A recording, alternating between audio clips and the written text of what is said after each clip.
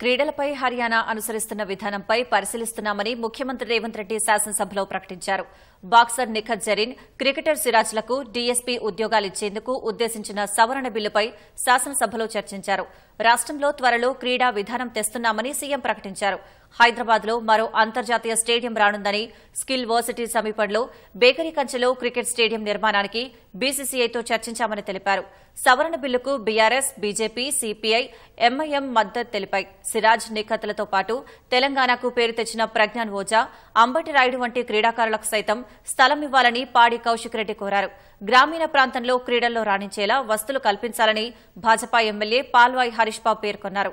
చిన్నతనం నుంచే పిల్లలు ఆటల్లో రాణించేలా విధానం ఉండాలని సీపీఐ ఎమ్మెల్యే కూనంనేని సాంబశివరావు సూచించారు. రాష్ట్ర ప్రభుత్వం స్పష్టంగా ఈసారి బడ్జెట్లో గతంలో ఎన్నడూ లేని విధంగా 361 కోట్ల రూపాయలు స్పోర్ట్స్ కోసము మనం కేటాయించడం జరిగింది. ఆటలలో కూడా రాణిస్తే ఉద్యోగాలు వస్తాయి, ఉపాధి వస్తుంది, ఆ కుటుంబానికి గౌరవం పెరుగుతుంది. ఈ విషయం ప్రపంచానికి తెలవడం కోసమే ఈరోజు నిఖత్ జరీన్కి ఆర్థిక సాయం అందించినాం. జూబ్లీహిల్స్, బంజారాహిల్స్ ప్రాంతంలో ఇల్లు కట్టుకోవడానికి 600 గజాల ప్లాట్ ఇచ్చినాం. అదేవిధంగా సిరాజ్కు కూడా మనం ప్రభుత్వ ఉద్యోగం గ్రూప్ 1 అతని ఎడ్యుకేషన్ క్వాలిఫికేషన్ లేకపోయినా ఎగ్జామ్షన్ ఇచ్చి మనం సిరాజ్కి ప్రభుత్వ ఉద్యోగం ఇవ్వడం జరిగింది అధ్యక్ష. నిఖత్ జరీన్ గ్రాడ్యుయేట్ కాబట్టి వారికి కూడా మనము గ్రూప్ 1 డిఎస్పీ కార్డర్ పోస్ట్ ఇవ్వడం జరిగింది. తెలంగాణ రాష్ట్రంలో కంప్లీట్గా స్పోర్ట్స్ పాలసీని తీసుకురాదలుచుకున్నాము. వివిధ రాష్ట్రాలల్లో మేము వాటిని స్టడీ చేసి వాటికి సంబంధించిన సమాచారాన్ని కూడా సేకరించినాము. అత్యధికంగా క్రీడాకారులకు ప్రోత్సాహకాలు ఇస్తున్నది హర్యానా రాష్ట్రము.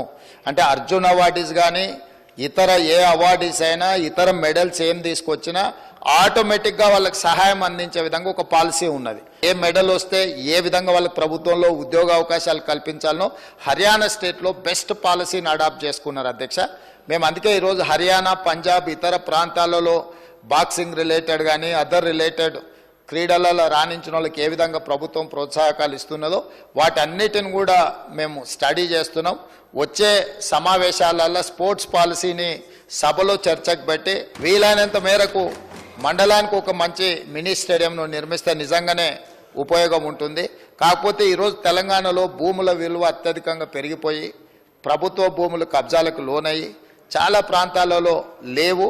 ఎక్కడైనా ఏదైనా మండల కేంద్రాలలో ఒకవేళ భూమి అందుబాటులో ఉంటే ప్రభుత్వానికి బడ్జెట్ కేటాయించడానికి ఎలాంటి ఇబ్బంది లేదు. బీసీసీఐని ఒక ప్రపంచ అంతర్జాతీయ స్థాయి క్రికెట్ స్టేడియంను నిర్మించడానికి మేము భూమి కేటాయిస్తాం. మీరు వచ్చి అక్కడ అద్భుతమైన ద బెస్ట్ క్రికెట్ స్టేడియంను నిర్మించండి అని వాళ్ళతో మాట్లాడడం జరిగింది. వాళ్ళు కూడా ముందుకు వచ్చిండ్రు. దాదాపుగా రాబోయే కొద్ది రోజుల్లోనే వారికి భూమి కేటాయించడం, బీసీసీఐ స్వయంగా అక్కడ ఒక మంచి క్రికెట్ స్టేడియాన్ని నిర్మించడానికి ముందుకు వస్తుంది. ఒక ఆల్ పార్టీతోని ఒక కమిటీ వేయండి. రాబోయే శాసనసభ సమావేశాలప్పుడైనా భవిష్యత్తులో ఖచ్చితంగా శాసనసభ్యుల మధ్యలో కూడా క్రీడల పోటీలు, అదేవిధంగా కళాకారుల యొక్క నైపుణ్యాన్ని కూడా ప్రదర్శించడం ద్వారా ఒక రోల్ మోడల్గా మనం ఉండొచ్చు. ఎందుకంటే మన వ్యవహారం, మన విధి విధానాలు, మన ప్రవర్తనను బట్టి మన తర్వాతి తరాలు నేర్చుకుంటూ ఉంటాయి. ప్రజాప్రతినిధులుగా ప్రజలకు ఆదర్శంగా నిలబడి ప్రజలు ముఖ్యంగా విద్యార్థులు మనల్ని నిశితంగా గమనిస్తూ ఉంటారు. కాబట్టి తమరు అన్ని పార్టీల నుంచి ఒక కమిటీని కాన్స్టిట్యూట్ చేసి వాళ్ళ సలహాలు సూచనలు తీసుకొని రాబోయే శాసనసభ సమావేశాల నుంచి ప్రతి సంవత్సరం ఒకసారి పర్టికులర్గా బడ్జెట్ సెషన్స్లో కొంత సమయం ఉంటుంది కాబట్టి శాసనసభ్యుల మధ్యలో కూడా తమరు క్రీడల పోటీలను నిర్వహించడానికి ఆదేశాలు ఇస్తే బాగుంటుంది. ఒకసారి తమరు కూడా అది పరిగణలోకి తీసుకోవాల్సిందిగా నేను కోరుతున్నా అధ్యక్ష.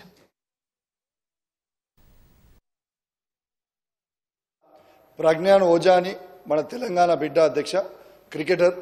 తను fastest 100 test wickets in the world తీసుకొని షేన్ వార్న్ రికార్డ్ని బ్రేక్ చేసిన అధ్యక్ష ప్రజ్ఞాన్ ఓజా. దయచేసి ప్రజ్ఞాన్ ఓజా కూడా మీరు ల్యాండ్ అలాట్ చేయాలని మీ ద్వారా గౌరవ ముఖ్యమంత్రి గారిని కోరుతా ఉన్నాను. అదేవిధంగా అంబటి రాయుడు గారు కూడా మన హైదరాబాద్ నుంచి రిప్రజెంట్ చేసి తెలంగాణ నుంచి రిప్రజెంట్ చేసి అద్భుతంగా ఇండియాకి రాణించారు. ఇంకా ఇవ్వలేదు. దయచేసి రాయుడు గారికి కూడా ఇవ్వాలని కోరుతా ఉన్నాను అధ్యక్ష. అదేవిధంగా గుత్తా జ్వాల కూడా అద్భుతంగా బ్యాడ్మింటన్లో రాణించింది అధ్యక్ష. తనకు కూడా మనం ఒక 600 స్క్వేర్ యార్డ్స్ వాట్ ఎవర్ సిరాజ్కి అండ్ ఎట్లా ఇస్తారో అదే విధంగా ఇవ్వాలని కోరుకుంటూ మరొక్కసారి సిరాజ్కి ఇచ్చినందుకు ప్రత్యేకంగా అభినందనలు. అదేవిధంగా ప్రజ్ఞాన్ ఓజాకి, అంబటి రాయుడుకి, జ్వాలకు కూడా ఇవ్వాలని ముఖ్యమంత్రి గారిని కూడా కోరుతా ఉన్నాను. Thank you very much. రాష్ట్రంలో ఒక స్పోర్టింగ్ కల్చర్ తీసుకురావాల్సిన అవసరం ఉంది. స్పోర్ట్స్ ఇన్ఫ్రాస్ట్రక్చర్ కూడా పెద్ద ఎత్తున పెంపొందించాల్సిన అవసరం ఉంది. We all know there is a saying in English saying that all work and no play makes Jack a dull boy. కాబట్టి కేవలం ఎడ్యుకేషన్ మీద, కేవలం చదువుల మీద కాన్సన్ట్రేట్ చేయకుండా స్పోర్ట్స్ ఇన్ఫ్రాస్ట్రక్చర్ను కూడా పెద్ద ఎత్తున పెంపొందించాల్సిన, సపోర్ట్ చేయాల్సిన అవసరం కూడా మనకు ఉన్నదని తెలియజేస్తున్నా. ఈ స్పోర్ట్స్ పాలసీలో భాగంగా చిన్నతనం నుంచే పిల్లలు ఎవరైతే ఇప్పుడు ఫస్ట్ క్లాస్ దగ్గర నుంచి సెకండ్ క్లాస్ దగ్గర నుంచి స్పోర్ట్స్లో యాక్టివ్గా ఎవరు ఉంటారో ఐడెంటిఫై చేసి వారికి పూర్తిగా ఉచిత విద్యా అవకాశాన్ని కల్పిస్తే అది పెద్ద ప్రోత్సాహం అవుతుంది. ప్రైవేట్ స్కూల్స్ అయినా ఏ కాలేజీల్లో అయినా సరే ఆ విధంగా స్పోర్ట్స్లో రాణించే వాళ్ళకి ఉచిత విద్యని కల్పిస్తే చాలా ఒక ప్రోత్సాహకరంగా ఉంటుంది.